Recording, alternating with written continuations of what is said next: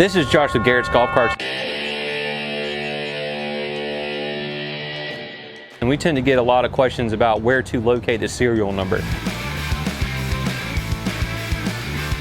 They are on a couple different places depending on the make and model, but just going to show you where to look. This model is the RXV, and this one you can find it on the steering column, and you can also find it above the driver's side tire on the frame. It'll usually be a white sticker with a barcode. On other make and models, you can also find it under the charging ports. You can find it at the top of the floorboard on the passenger side, or even in the passenger side dash. And you can also find it behind your batteries or your gas engine, depending on the make and model you have. It could be running along the frame. But again, usually it is a 7-digit number for easy go. Club car should have some letters and then some numbers. Either way, it should be a white sticker with a barcode, and that will tell you the year of the cart and when it was manufactured and everything.